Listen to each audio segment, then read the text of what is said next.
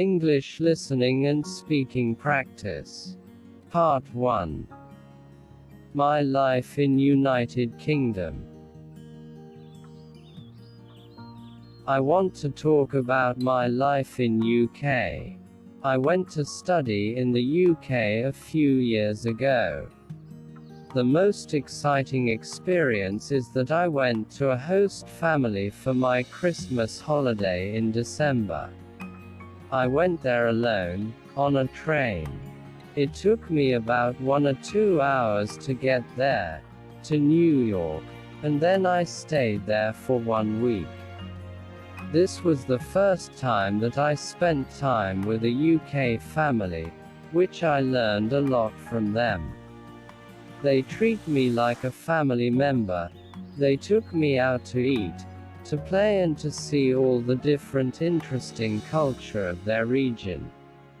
On Christmas Day, they even bought me some presents to celebrate the Christmas. When I went back to Oxford, which was the place that I stayed for that year, I had the chance to teach in a Chinese school every Sunday. The kids are about 14 years old and I taught them Chinese. They were very cute, but they all speak in English. I spent lots of time to encourage them to speak in Cantonese.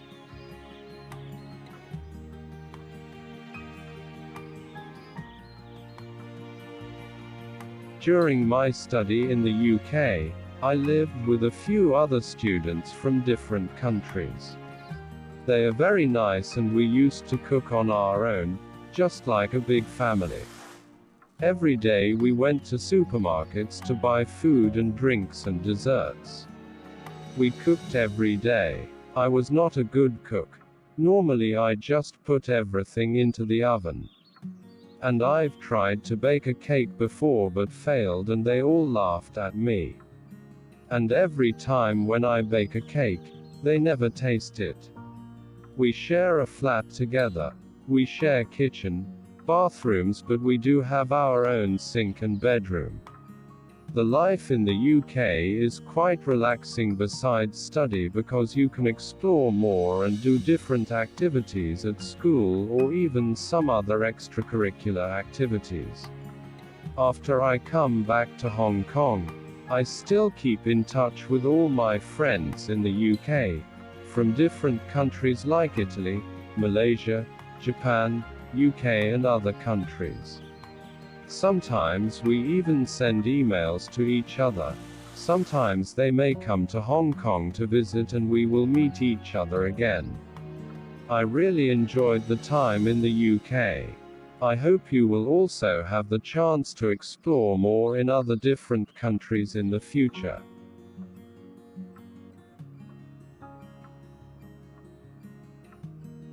Everybody, please help like and subscribe my channel. Thank you. Part 2. Studying languages. I've lived in many different countries, both in Western Europe, Middle East and now here in Hong Kong. And during all of that time, I've learned 5 or 6 different languages to one degree or another. I love learning languages. Not only are they important when you move to a country, I just find them fascinating.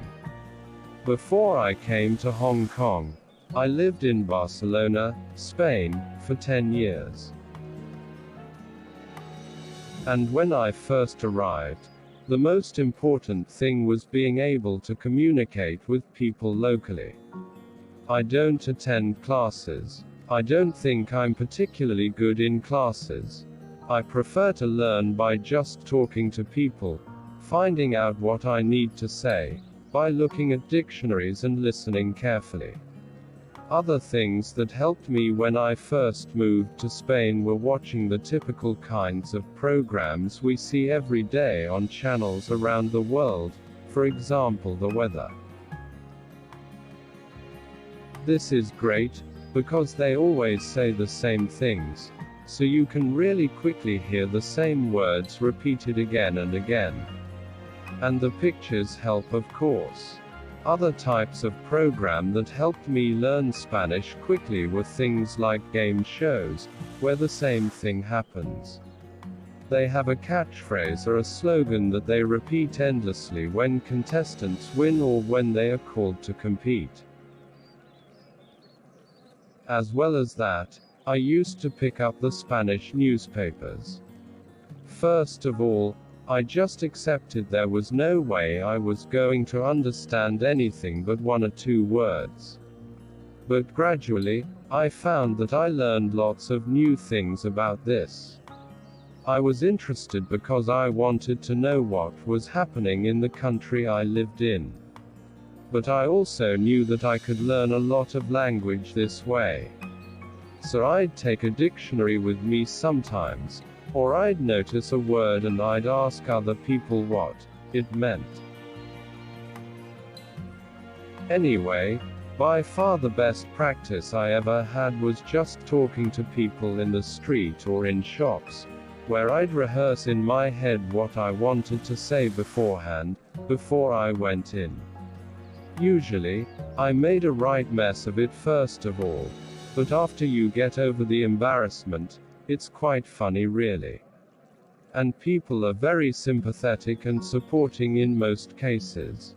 It took me a long time to develop a good level of Spanish. I lived there for 10 years, and I think I'm very fluent now.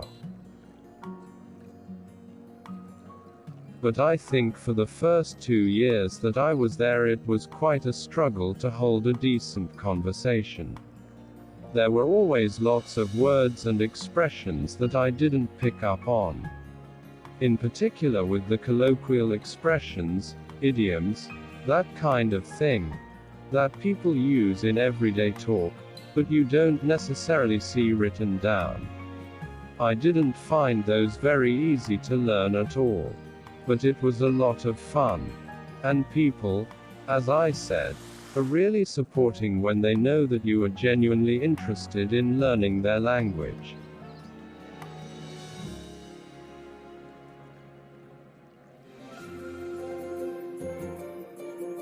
Hey everybody. Thank you for watching my video.